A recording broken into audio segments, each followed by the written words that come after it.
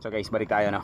So ito, sili na hindi ko alam kung parang nag crossbreed na yung siling ganito tsaka yung sili na maanghang. May siling maanghang kasi dito, ayan o. Tapos ito, meron ding sili na pansigang, naghalo na. Kasi magkakatabi sila. Meron ding bell pepper.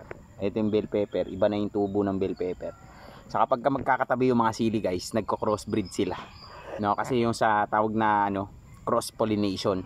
Yung pollen siguro nito mapupunta sa kabila kasi isa lang yung nagpo-pollinate diyan, isang grupo lang ng mga hayop, no? So, ang ganda. Kuha tayo ng ito naging kinalabaw siya, no? So sa tingin ko guys, ito bell pepper to, tapos ang nahaluan siya ng ano nang ano, siling berde or ng siling labuyo, may labuyo din. So ito na yung kinalabasan, tapos ito namang isa bell pepper. Ang hulog. Ito bell pepper to, ito yung parang kinalabaw. Yan, ito, no?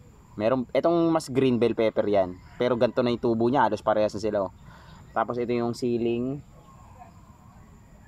pansigang. Tingnan nyo guys. Siling pansigang.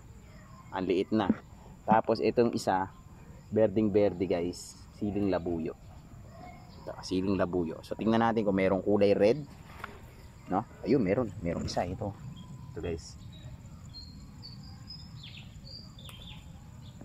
Medyo mapula pero hindi pa pulang-pula. Bell pepper ulit eh no. Isa pa. Kunin na natin ito kaagad. Bell pepper. Tapos meron ding mga kamatis. No. Ayos dito ito po. Guys, siling berde. Kunin natin 'to. Yan. Diba? Siling berde. Okay, so nakakuha tayong siling berde tsaka mga kung ano na sili. Ito ba?